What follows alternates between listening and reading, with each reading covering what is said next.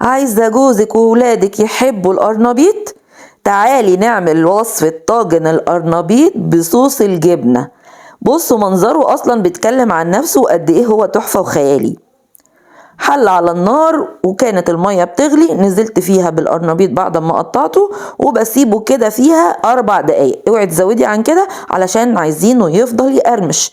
القرمشة مهمة قوي في ان اطفالك واهل بيتك يحبوا القرنبيط، لما بيتهري بيبقى طعمه بايخ جدا. بعد ال4 دقايق صفيته من المية السخنة وحطيته في مية ساقعة متلجة، لو فيها كمان قطعتين تلج يبقى ممتاز.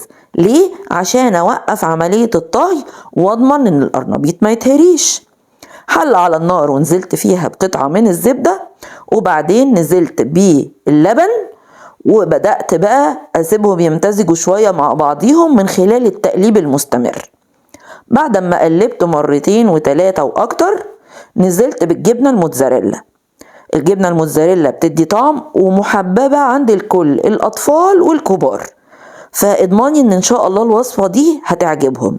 تسيبيها على نار هادية عشان ما تتلسعش منك، وتقلبي علشان تتفكك كويس. انا طبعا كانت متجمدة عندي شوية في الفريزر، فخدت مني وقت اطول على ما بدأت ان هي تفك وتسيب وسط اللبن والزبدة اللي حطيناهم في الاول. تقلبتين و3 وهي هتبدأ تفك. بس النصيحة الأساسية لو سمحتي خلي النار هادية جدا. مش عايزين الصوص ده، مش عايزين الصوص ده انه يتكتل، ومش عايزينه يبقى تقيل قوي، احنا عايزينه سمك متوسط لباني.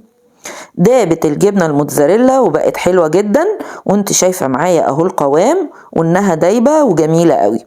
طيب هنعمل ايه بقى بعد كده؟ هنعمل حاجة ظريفة جدا، ان احنا هننزل بالجبنة الشيدر الحمراء. طبعا هاتيها مبشورة عشان ما تغلبيش وقتك وتضيعي وقت في انك تبشريها. انا بجيبها من السوبر ماركت اللي جنبي، وببدأ برضو على النار الهادية اسيبها تدوب مع التقليب المستمر علشان اضمن نتيجة ممتازة. حطيت بعد كده معلقة كبيرة من كريمة الخفق او كريمة الحلويات، وبعد كده تبلت بالتوابل المطلوبة اللي هي الملح والفلفل، وما نزودش عن كده عشان ناخد تيست عالي.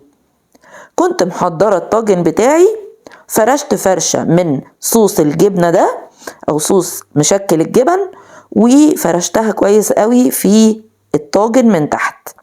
بتفرديها على الطاجن من تحت كله. وبعد كده صفيت راس القرنبيط من المية الساقعة وحطيتها في الطاجن. طيب هعمل ايه بعد كده؟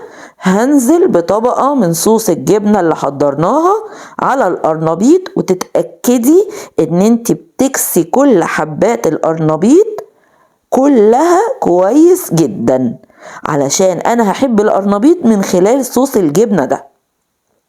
كسيناها ومقربين لكم اهو بالعدسة علشان تشوفوا كل حاجة زي الفل. بعد ما اتكست هنزل بقى بطبقة من الجبنة الشيدر الحمراء على الوش. دي هترفع التيست جدا وتخلي التذوق روعة، وفي نفس الوقت بتدي وش محمر ولطيف قوي هيحبوا كل اهل بيتك وخصوصا للاولاد. بدخلها الفرن على درجة حوالي 160 على الرف التحتاني لمدة بالكتير 25 دقيقة. حطيها معايا بقى كده وانا حطاها في الفرن، الريحة تهبل. الوش احمر بس انا عايزة الحتت اللي محمرتش تحمر، فبالمسدس بتاع النار وحمرت الاجزاء التانية. شكلها بيتكلم عن حلاوتها، ولما هندوقها مع بعض دلوقتي هتعرفوا ان الحلاوة دي حمر وحلاوة بجد. بصوا الصوص كمان دايب لانه لسه خارج من الفرن، لو سبتيها 5 دقايق تهدى هيتماسك. جربي الوصفة ويلا ناكل من جوه الحلة.